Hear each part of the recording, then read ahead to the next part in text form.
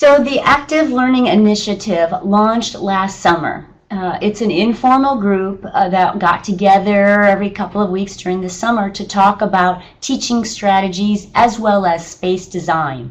We talked about both starting out small with 1 or 2 activities in existing spaces, as well as more ambitious full course design projects and making use of specially designed spaces.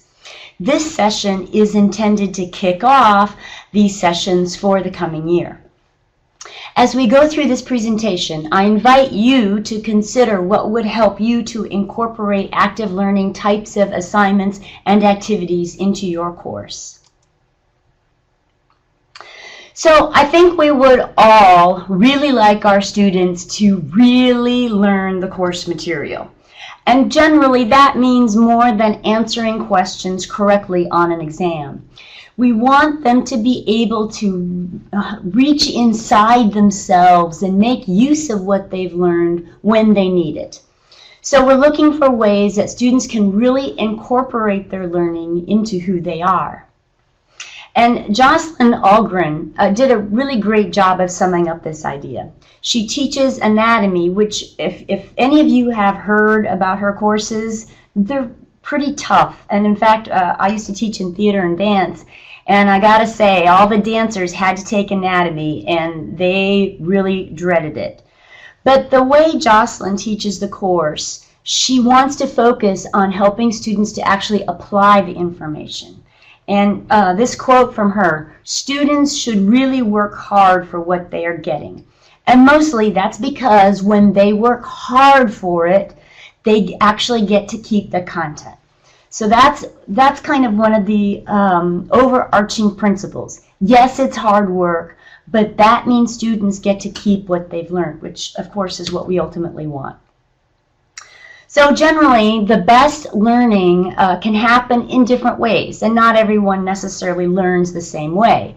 But connecting information, the new information, with things that we already know can really be helpful in helping students to keep that information.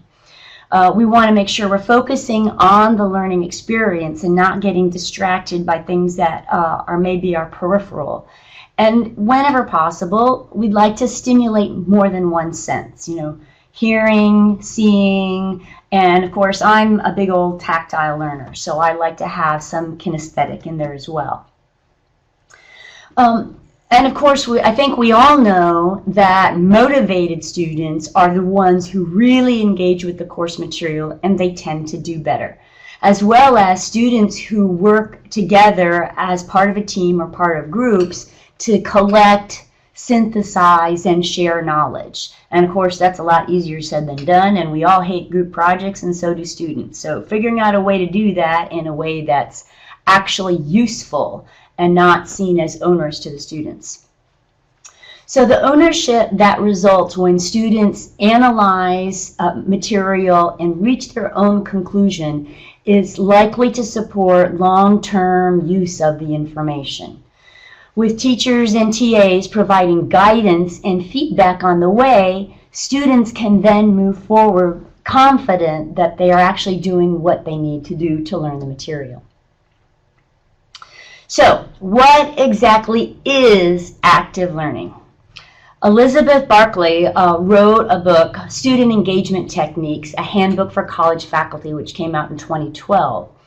And she suggests that active learning means that students are dynamic participants in their learning. So essentially, active learning assignments and activities that promote engagement with the course material, and that means students do something. These types of activities can be as simple as a one-paragraph reflection on a topic, a short discussion in a small group, or performing an experiment to testing a hypothesis. And generally, we think of the active learning activities as being higher level. So we're looking at the things that are in the upper levels of Bloom's taxonomy. So we're looking at things that motivate and engage students to apply, analyze, evaluate, create. Those are the things that we're looking for. Now, as much as possible, the activities that we come up with should be consistent with the discipline. So, for example, back when I taught in theater and dance, each of my beginning costume students actually created a garment that was worn in one of UF's theater and dance productions. And this particular photo is from a production, Agbadidi Dance, that was entitled Manjani. And in this particular dance, each costume student dyed the fabric, designed the dye for the fabric, sewed the costume, went to the fittings, and finally saw their work on opening night. And to tell you the truth, organizing and managing so many students to actually get a costume built for stage, and this was just one dance out of multiple dances that were in the concert, it would have been so much easier to just talk about the costume creation process. But that wouldn't have given the students the collaboration and the communication experience that's critical in the creation of a theater and dance production. And not to mention the ownership of the work. To this day, I hear from students telling me what costume they created for what production. So not only did they learn the process from the inside out, but their personal creation is a source of pride. So what about the evidence? Does this really work? Is it worth all the trouble? So Richard Hake actually did an analysis of this a number of years ago, and he compared 48 courses and their interactive and engagement level through either hands-on activities that included immediate feedback through discussion with peers and or instructors, to courses that relied upon passive lectures, recipe labs, and algorithmic problem exams. And he found that the traditional lecture was definitely not as useful as the engagement activities. And this was in 1998. Michael Prince did conduct a literature review looking for evidence of the effectiveness of active learning, and specifically he looked for collaborative learning, cooperative learning, and problem-based learning. And it does sound like I'm coming out in big support of active learning, and of course I am, but that doesn't mean that there's no place for lecture. This doesn't mean there isn't a place for the more traditional forms of teaching. But there is a lot of research behind the usefulness and the helpfulness of active learning. Here at UF, the Circuits 1 course achieved a reduction in the drop rate, and actually the reduction in the drop rate is probably more important than the grade improvement, since we don't really know whether the grades are evaluating the same things before and after the course redesign. So the improvement in drop rate is really quite huge in that particular course. Scott Freeman and company analyzed 225 studies that reported data on examination scores or failure rates when compared to student performance in undergraduate STEM courses between traditional lecturing and active learning. And the average examination scores improved by about 6% in active learning sections between those in the traditional lecture. And there's a chart showing the comparison between the active learning students and the lecture sections. So, how do we go from this to this? All your secrets shall be revealed. Okay, so I'm just going to throw out some examples that I have seen and some other things that I'd sure like to see someone try and let me know how it works. One of the things that I've seen done in a genetics course is live group quizzing. So using the an actual quiz, either written or in Canvas, for students to answer questions prior to doing some group work, and then following group work. So very much following the team-based learning model that we'll talk about in just a moment. Role playing. And of course, so I'm from the theater department, so I'm all about role playing, but you don't have to be a theater major to get something out of that. In fact, one of the IFAS water management courses, one of the things that the instructor did is he divided the class into groups that mirror the actual state of Florida water management districts.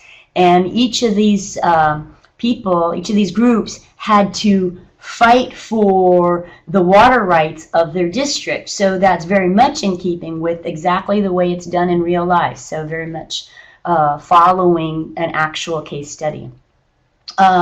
Group evaluation, students giving feedback to other students. Sometimes they'll listen to each other much more intently than they'll listen to an instructor or a TA. Go figure. A group textbook wiki, the Food Science and Human Nutrition course that Christina von Castle-Roberts used that technique with very good effect. Case studies, of course, are the bread and butter of business and marketing courses, but there are case studies that can be used in all different disciplines and help students really get a handle on how these things work in the real world. Peer instruction, again, sometimes students will listen to each other better than they'll listen to an instructor or a graduate teaching assistant. One of my personal favorites is diagramming using images, both just images straight up from the web or actually using concept maps to help students either student understanding of concepts that they just learned or to help them make sense of things that they are learning. Brainstorming, getting students together to come up with crazy ideas to help them really think about the topic. Sometimes it takes jolting people out of their normal ways of thinking to get them to think about something new. And speaking about new ways of thinking, reverse thinking. You know, if they're used to thinking about a topic in a particular way, can they come at it from a completely different viewpoint? One last note is, are there ways that popular culture and current events can be tied in? Assigning specific groups of students to come for that week's lecture with examples in popular culture or in current events that speak to that week's topic. Again, that can help them really tie in what they're doing with the real world.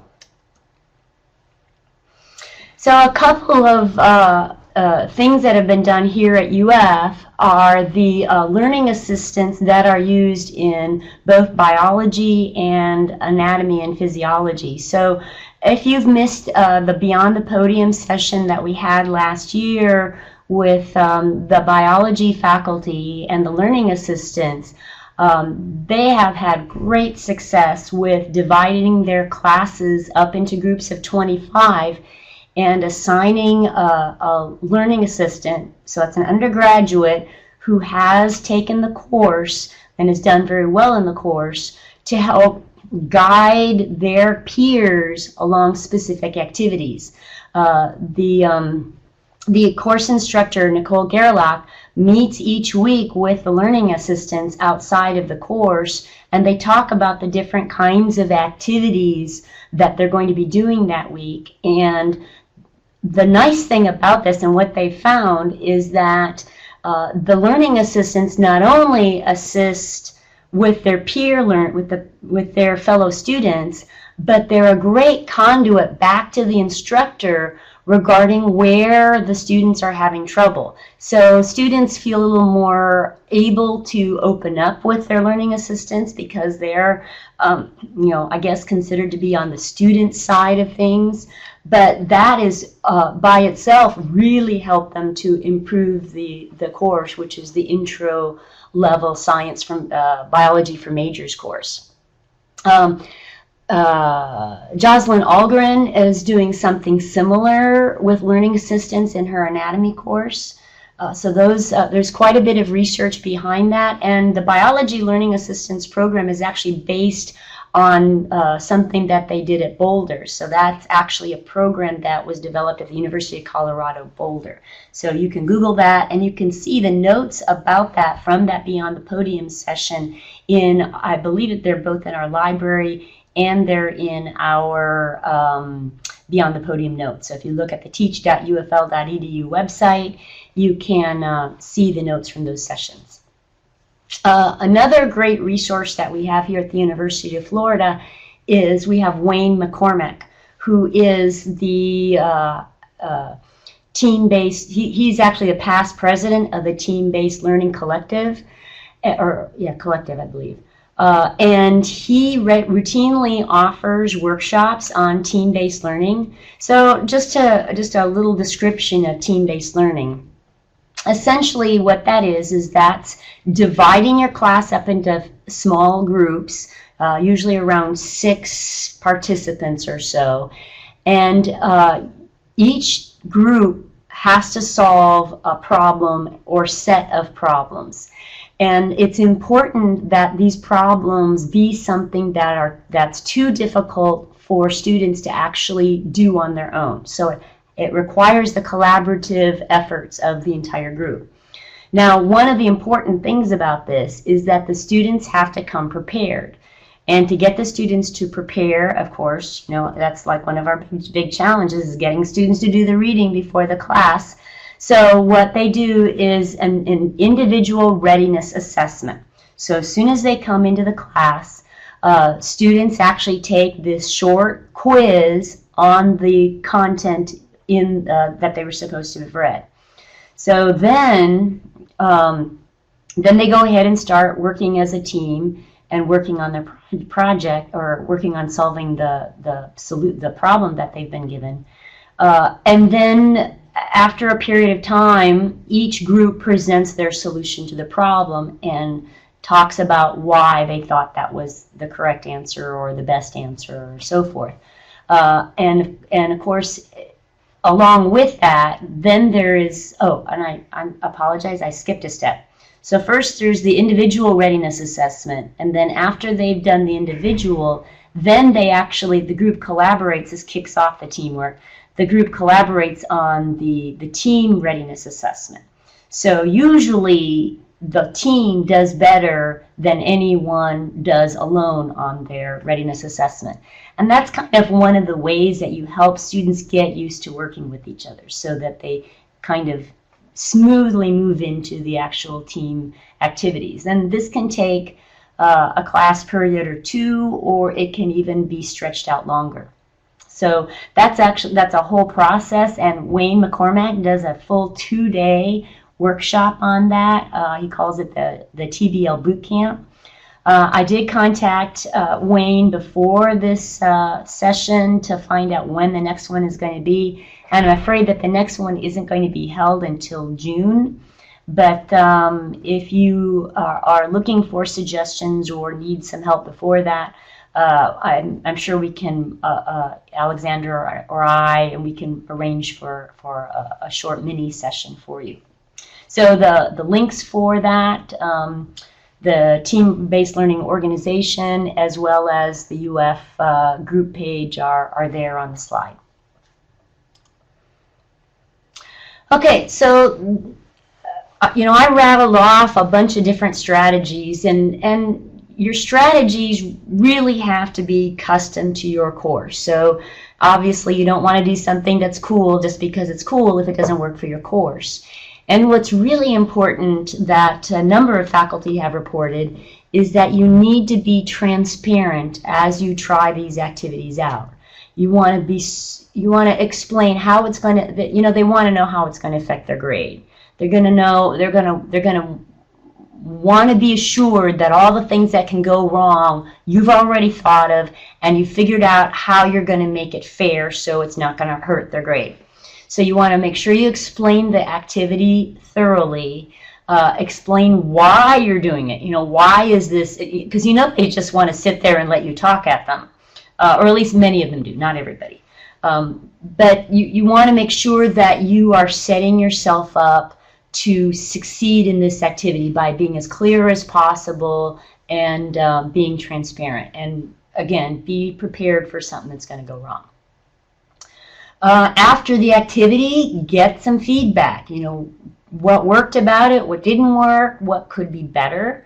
And particularly if you're going to get this feedback, you want to make sure that you're turning it around and applying it to whatever the next activity is. So if something didn't work last time, you want to make sure that you're explaining how you are taking their feedback and making it work better the next time. As always, start small with 1 or 2 smaller activities. And it's hard, but you want to make sure that you have sufficient time allocated to do the activity. It takes a lot longer for students to learn things in this manner than it takes for you just to tell them. So you have to find the balance of, well, how much information do you just have to give them in lecture or reading or video, or however you're going to give them the baseline information they need to be able to do the assignment, with the amount of time that they need to actually effectively do the activity. And then again, you don't want them all sitting around checking their Facebook pages because they're not engaged in the activity. So that's probably going to take at least trying an activity out once or twice before you can really gauge what that takes.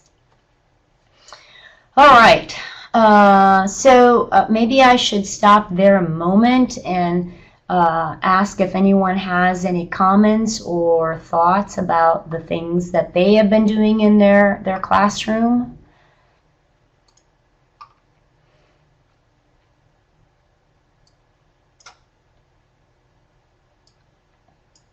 Hey everybody, hi Jennifer, this is Justin.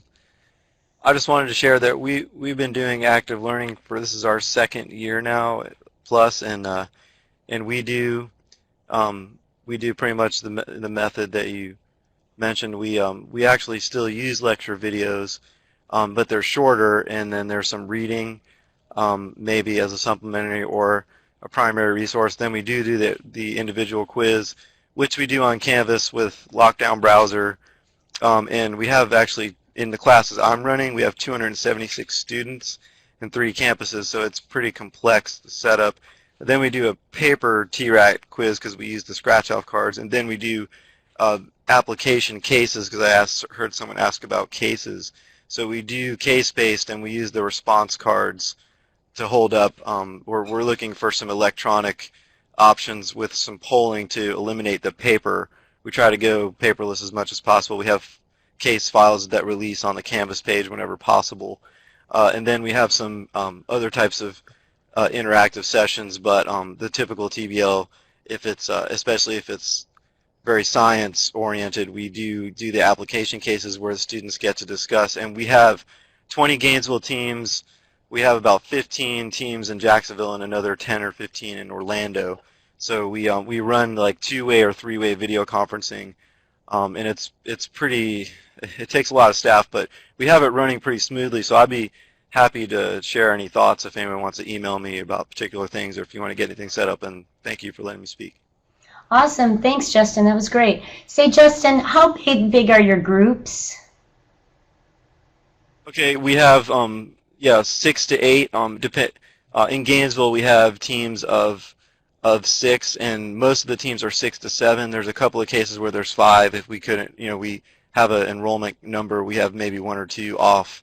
In some groups are 5, but we do create the electronic teams on Canvas so that we can score the team part as the team, and then the individual test obviously is delivered to them, and then they do the lockdown browser and they get their individual score. And as Jennifer mentioned, they understand that the team score always outweighs the individual because they're group thinking. Everybody has a general idea of what the right answer is, but then when they discuss it, they get some more insight. So that's a nice piece to this process. Hey, Justin, what tools are you looking at regarding trying to do your RATs electronically? Oh, the TRAT? Well, my dream would be to have an iPad app or I don't know why Canvas doesn't have a template to create. We used to be able to do it in Sakai, actually. I figured out a way to do it, because what you want to do is they have to get the star, so it can't tell them that's the wrong answer. Like in Sakai, we did it online once, actually, where we had it say, this is not the correct answer, please choose again, in the feedback section, but Canvas doesn't have that. So we have to use the paper cards, which are kind of expensive, and also you have to stuff the folders for all the teams and everything, and it's kind of a lot of work. So we're looking at some polling, like we're waiting hopefully for UF to come up with a software solution, but we've looked at Top Hat, we've looked at Poll Everywhere, and actually we're thinking about using Big Blue Button polling only for the poll part.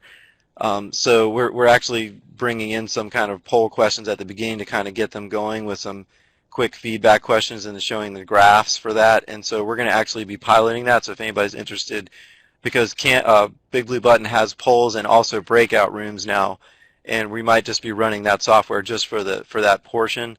But for the TRAT, we're going to need something like a response polling that would go on their mobile device. So I'm hoping that Canvas will develop something, or maybe UF will find something that will work. So we don't have anything yet, actually. So Daniel just asked if you could use Qualtrics. Have you looked at Qualtrics? We have, but to have the statistics show really quickly so that the instructor could kind of see, and they also want to drill down to individual students, kind of like what Learning Catalytics could do more. So we're looking for something more robust than Qualtrics, actually. Mm-hmm. I mean, I like Qualtrics, but the instructors want to quickly be able to hone in on a question or a particular student, and so it doesn't quite do that. Sure. Thanks. And thank you, Justin. That was great.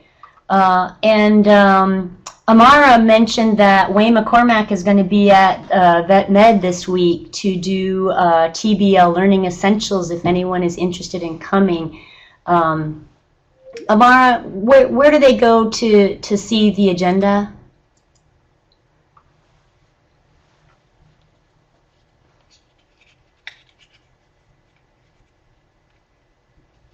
Oh, Tanya suggested maybe Kahoot. Okay, so Amara's going to post the link to the schedule for the Vet Med teaching and learning event that they're having on Thursday and Friday this week. Thanks, Amara. So Hans, you had a you had a comment or question? Oh, great. Thanks, Alex. I don't know if you can hear me. I'm actually in the Netherlands, so my connection might not be the best. So I've been using POGLE, which is the Nsf-Funded method of collaborative learning. So it's a guided inquiry method. And what I really like about it is that you set up the worksheets ahead of time, but it's really the material that you're covering normally in lecture is something the students will learn during the activity. And that means they have to go to the textbook, they have to go look up things online, they have to do what they would normally do, except that I'm not presenting it. They're working on it on their own.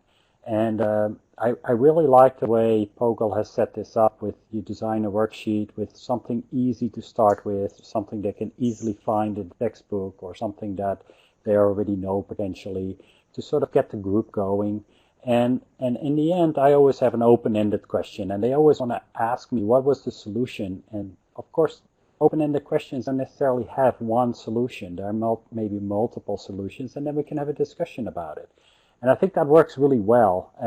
It does take some time to set them up, and I did what you suggested earlier, which was start small. So I did only a few in one semester, so I used that in my quantitative physiology course that I taught in BME. And last semester I did it once a week. And so I did do a pre-test for the students so that they, not so much grading it, but more that they had to do it, they had to look at the material ahead of time and sort of be ready, in tune with the rest of the students, because I didn't want students when they work in groups to be in sort of different levels. And I only gave 1 point for the quiz, so it was really you did it or you didn't do it. What I've done with the POGLE exercises in the past, I would give a grade for that as well. I would basically give a small amount of points for them being there. But that created a lot of anxiety. Students can't always make it to class, and in a way, this is a replacement of lecture, so I really shouldn't penalize them if they decide not to come and learn. So I'm not doing that anymore, and actually attendance hasn't really dropped. I think the students in general like it a lot. I get a lot of great comments in my evaluations on it. And I feel that integrating it this way hasn't really taken away time from what I would normally do with lecturing. So this is always a complaint as well. I can't cover as much, but you can. And I use that collaborative classroom that you just showed a picture of for the circuits, which is the engineering one, which is great for that purpose. So just like TBL, I've gone to Wayne's training boot camp too, and I really like that too. POGIL has also workshops, and a few years ago we brought one to UF, but they're around as well. So anything I would say anybody can do to do something more active is really useful. Say, Hans, while we've got you on the line, do you want to plug your event next week?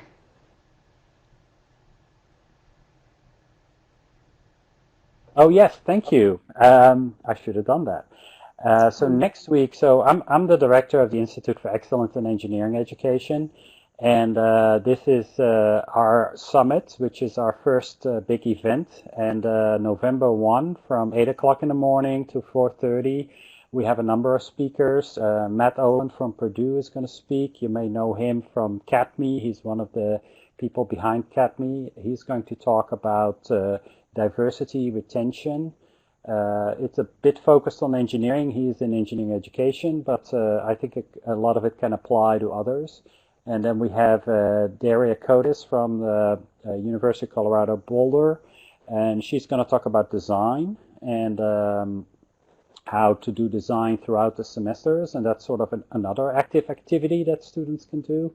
And then we have Elliot Douglas, who is a professor in environmental science, but he's now stationed as a director at the NSF, and he's responsible for the educational grants in NSF, and he's going to give a talk about what opportunities there are. And so it's a great event. Thank you, Alexander, for posting the URL to it.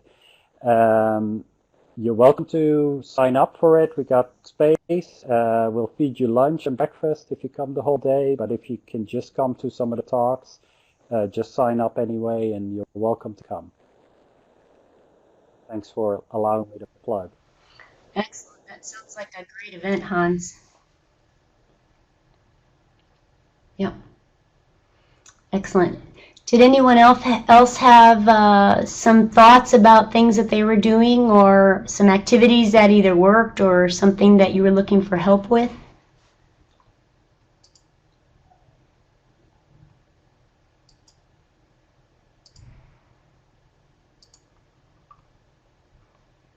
Nope. So we're all caught up.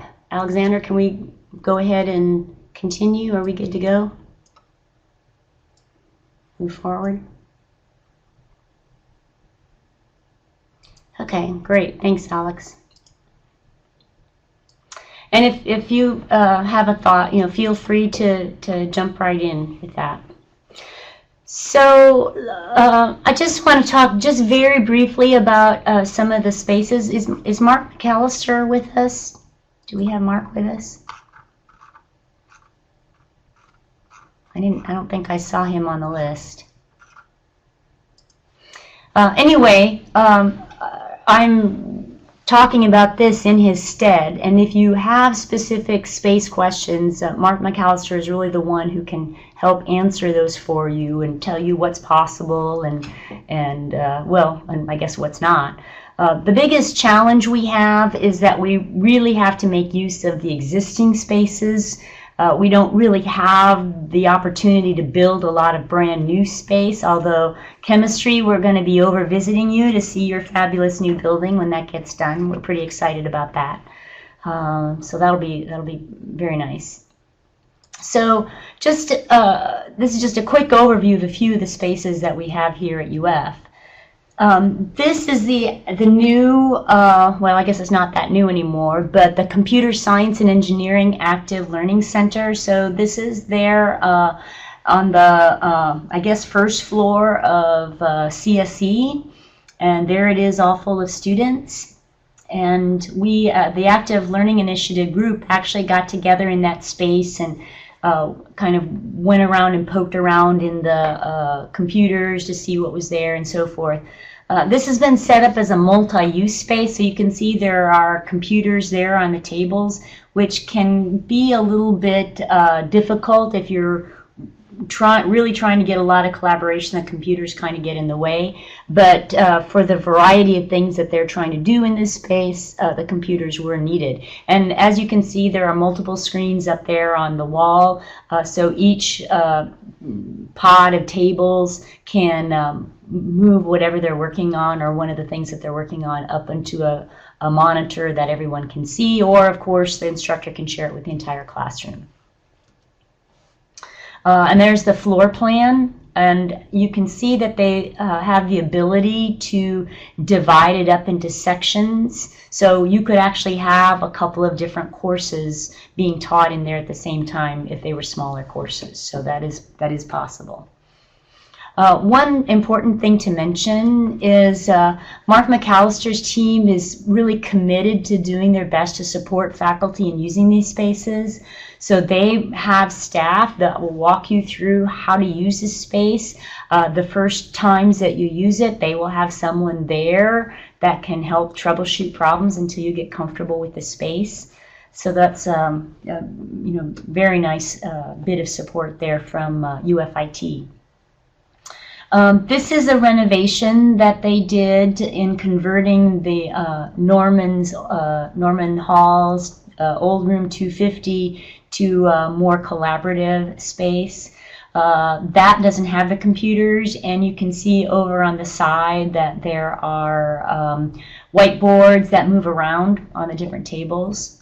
So that's actually a lesser expensive type of renovation because it doesn't involve all of the computers, so it's much cheaper. And then here's another Norman Hall space. And they do have monitors there, but students would connect their own devices. And if you haven't had an opportunity to actually connect your laptop or iPad or whatever device to the Crestron system, I'll tell you that's getting a lot easier now. We actually had it set up that way when we did Interface last spring, and it was pretty painless. We were able to connect all the laptops to the different monitors, and it all worked pretty well. So that I think that system used to be fairly. Oh, I have to. Can everybody see my screen? Oh, I'm looking at the wrong one. So the connection with the monitors is getting a lot easier and less painful than it used to be. Here we have NEB 101. So this is an engineering space. The Active Learning Group actually went and looked at that space and played with the monitors and such. And so that's a space that really does a great job of supporting group work. Okay, so that's just a very quick whirlwind view of the active learning spaces. Oh, and Hans just mentioned that they're building 2 more rooms like that in their new building. That's awesome. Of course, you know, the problem with these spaces is that when spaces are converted to this type of interactive space, we lose seats. So the registrar has heartburn when we lose those seats out of the classroom. In particular, you know, the big spaces like Carlton Auditorium, because we do have classes that need those 600 and however many it is seats. So that's a challenge to try to accommodate the numbers that we need and yet try to provide the quality learning experience that we're looking for. So to talk a little bit about the actual Active Learning Initiative group, This is, again, a very informal group. It kind of ebbs and flows, and if folks have time to come, that's great, and if not, it's not that anybody's taking attendance. The group is jointly supported, as I mentioned, by UFIT, classroom support, so Mark McAllister frequently comes to these meetings, and Ashley Wesser is supporting the group from the IT training side, as well as my office, the Office of Faculty Development and Teaching Excellence. We have a Canvas course site that you are welcome to join and access. If you just send us an email, we'll be happy to add you to the course site. We have some activities and strategies, some information about technology, listing of UF spaces. There's a bunch of research in there which you may or may not want to dig through. And we also, more importantly, we have a discussion forum, so you can post questions or respond to questions that other folks in the group might have, although I must tell you we haven't had a whole lot of traffic there. So I think most of the discussion has happened in these kinds of meetings, and as you just saw, like Amara getting together with Justin in pharmacy. So that's what we're looking for, is we're looking to try to connect people across the campus with other people who are interested in this. So you can contact us, either me or Alexandra, to be added to the Canvas course site, and also on the teach.ufl.edu webpage, we do have a list of services, and that's one of the services you can ask just to be added to that Canvas course site. Okay, so that I see I'm up to my sources now. So that's really all that I had prepared. Does anyone have any questions? Oh, one other thing I wanted to mention is we're trying to get a group of folks who are using active learning in their classes to volunteer to allow folks to come and visit. So if you're interested in, if you're doing some stuff and would be happy to see people come and visit your class to see what you're doing, please let us know, send that information our way. Thanks, Tanya. Tanya, do you have anything to add about what you're doing over there in the College of Business? Because you've got that great Matherly space.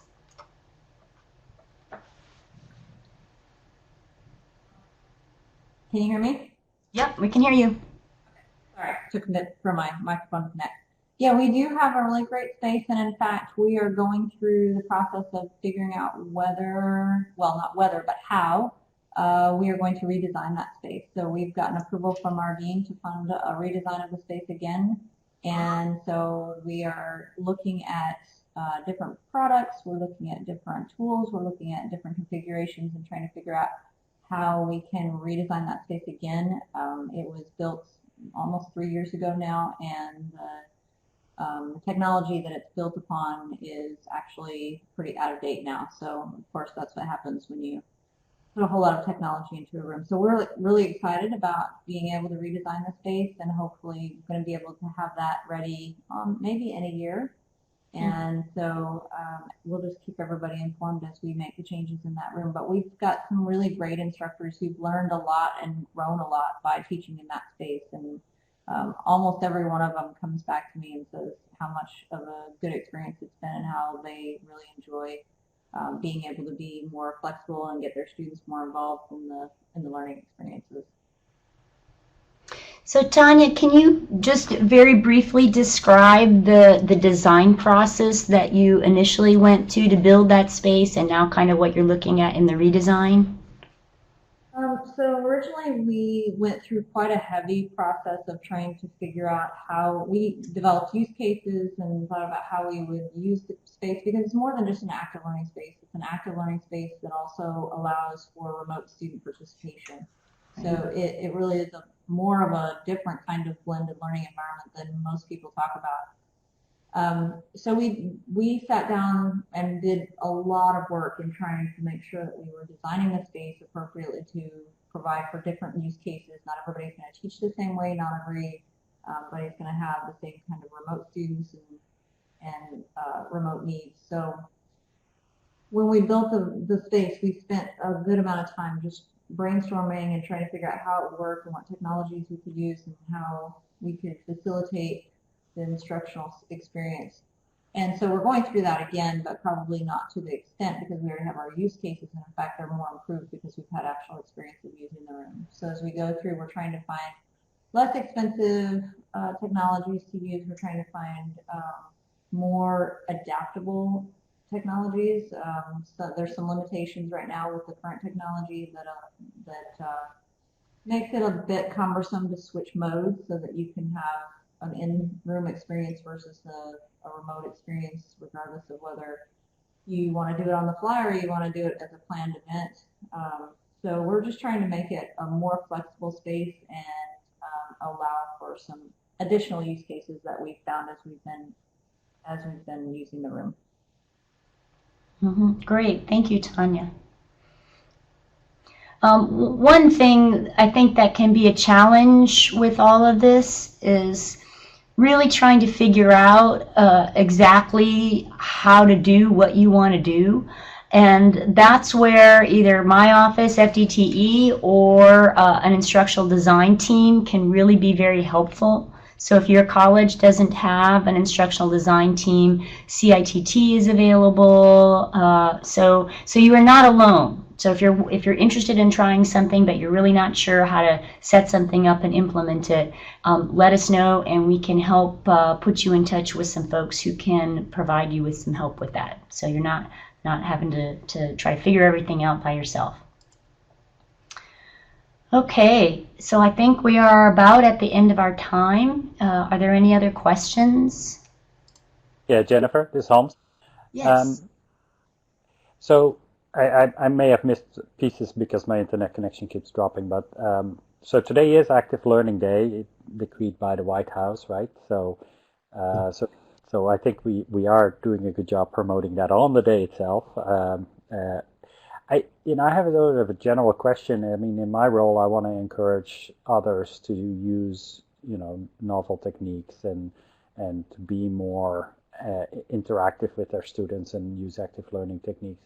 And I find it sort of disappointing. I did a little video to promote Active Learning Day for our college, and I sent that out to 300 professors, and I got 14 views, which is very disappointing. And so if anybody has any ideas on how to best approach these things and to get more people involved. I think this initiative is a great start, and of course it's a sort of a bootstrap organization that we get more people involved with it. But frankly, I was a little disappointed. I thought everybody would be interested, but maybe I'm not. Well, I will tell you one thing that actually my office is working on is, and we haven't done it yet, but what we're trying to do is, not trying, we are doing it, working with some of, particularly the learning assistants who are in the biology program, to put together a very short video that talks about the student experience and what the students are getting out of it. And what our ultimate goal is to produce something that President Fox can use when he goes out and does his dog and pony shows. So, I mean, the important story is the great experience for the students. So trying to tell the student story, I think, really helps it resonate. I think it's awesome to hear from faculty, and of course that's what faculty want to hear about. They want to hear how it's working for their faculty. But making sure that you include the student experience along with that, I think might be helpful as well. I don't know if you've already done that, and if you've got such a video, please send it my way, and we'll be happy to push it out in our various tweets and Facebookings and all that kind of stuff.